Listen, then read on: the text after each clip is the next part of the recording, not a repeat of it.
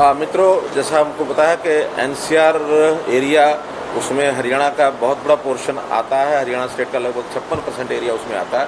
तो उसकी प्लानिंग के लिए समय समय पर मीटिंग होती है हर 3 महीने बाद। तो आज की मीटिंग में जो 2041 का रीजनल प्लान बनना है उसके बारे में विचार विमर्श था। काफ़ी सुझाव अलग अलग प्रदेशों के आए। उसमें राजस्थान के लोग भी थे, दिल्ली के लोग भी थे, उसमें उत्तर प्रदेश के भी थे, हम भी थे। तो सब ने अपने सुझाव दिए हैं। उन सुझावों के अनुसार जो सहमति बनेगी वैसा एक ड्राफ्ट प्लान 2041 तैयार होगी। और उसके लिए हमारे जिम्मे भी लगा कुछ सुझाव हमने एनसीजेड एरिया को लेकर के हरियाणा के लोगों को कहा गया कि उसके कुछ सुझाव दे। वो 7 दिन में या 10 दिन में अपने सुझाव भेजेंगे और जल्दी एक ड्राफ्ट प्लान तैयार करके फिर पब्लिक किया जाएगा, ताकि उसके ऊपर जो सहमति बनेगी वो 2041 का जो ड्राफ्ट प्लान है वो तैयार करके दिया जाए। इसके अलावा सर, क्या क्षेत्र पर बढ़ाने की बात की गई है कि एनसीआर का रीजन थोड़ा बढ़ाया जाए या कम करने की बात की गई है? सुझाव हैं अलग अलग। कुछ प्रदेशों ने कहा इसको बढ़ाया जाए, कुछ प्रदेशों ने कहा कम किया जाए। तो उसमें सबके सुझाव जैसे भी फाइनल होंगे और ड्राफ्ट प्लान में बताया जाएगा। जनता से भी सुझाव लिए जाएंगे तो उसके हिसाब से उसका निर्णय जब तक बढ़ा रही है कम कर नहीं, हम तो लगभग जितना है उसी में ही रहेगा। कोई बढ़ाने घटाने का हमारी ओर से ज़्यादा सर, हरियाणा का ये चक्की दादरी तक, भिवानी तक फैला हुआ है, कुछ ग्रामीण क्षेत्र भी आया है।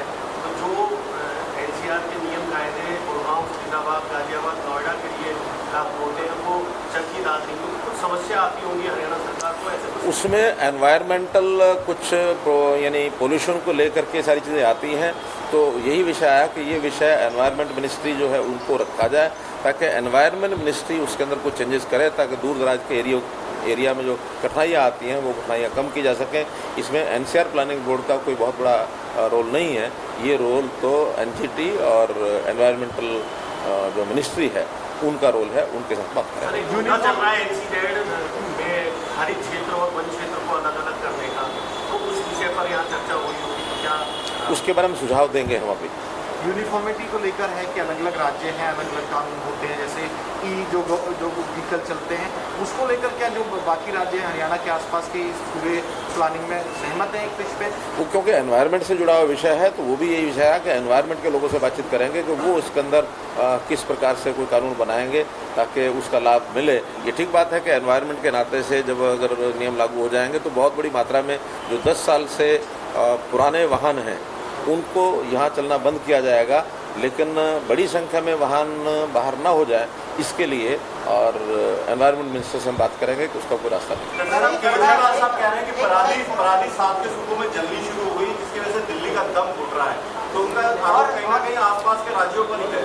केवल ये विषय को कई बार फेंकना होता है इसलिए फेंका जाता है। हरियाणा में मैं आपको बताऊं कि कोई पराली जलने का घटना इस समय नहीं हो रही है, क्योंकि अब पराली बिकने लग गई है और 1000 रुपया एकड़ हम सब्सिडी देते हैं बेलिंग करने के लिए। बेल बढ़ने के बाद अब बहुत सी ऐसी इंडस्ट्री हो गई है जो पराली को फ्यूल के नाते यूज़ करते हैं और उसका उपयोग करते हैं, इसलिए पराली जलाना प्राय किसान ने बंद कर दिया। सर, इलाहाबाद को लेकर एक बयान तो आप दे दीजिए। इलाहाबाद आकर आप कब जाएंगे? क्या कुछ तैयारियां इलाहाबाद में चल रही है?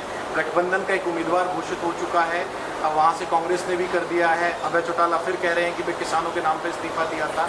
क्या रणनीति रहेगी? आपका भी कुछ टूर लगेगा वहाँ? देखिए, सभी पार्टियों ने कैंडिडेट उतार दिए हैं और क्योंकि सभी ने अपने अपने तरीके से तैयारी करनी शुरू कर दी है और अब चूँकि एक प्रश्न खड़ा होता है कि आखिर अभय चौटाला ने रिज़ाइन दिया था तो क्यों दिया था। जो जिन कारणों से रिज़ाइन दिया था वो कारण तो आज भी बाकी हैं, इसलिए अब जनता उनसे प्रश्न पूछने लग गई है और निश्चित रूप से भारतीय जनता पार्टी जेजेपी का जो हमारा साझा कैंडिडेट है उसका एक अच्छा स्थान बन रहा है और मैं समझता हूं कि जैसे समय आगे धीरे धीरे बढ़ेगा तो निश्चित रूप से भारतीय जनता पार्टी का कैंडिडेट जीत की ओर बढ़ेगा, ऐसा मेरा मानना है। हमसे जुड़े रहने के लिए हमारे YouTube चैनल को सब्सक्राइब करें और नई वीडियो की नोटिफिकेशन के लिए बेल आइकॉन को दबाएं। अगर आप ये वीडियो Facebook पर देख रहे हैं तो लाइक जरूर करें और ज्यादा से ज्यादा शेयर करें। धन्यवाद।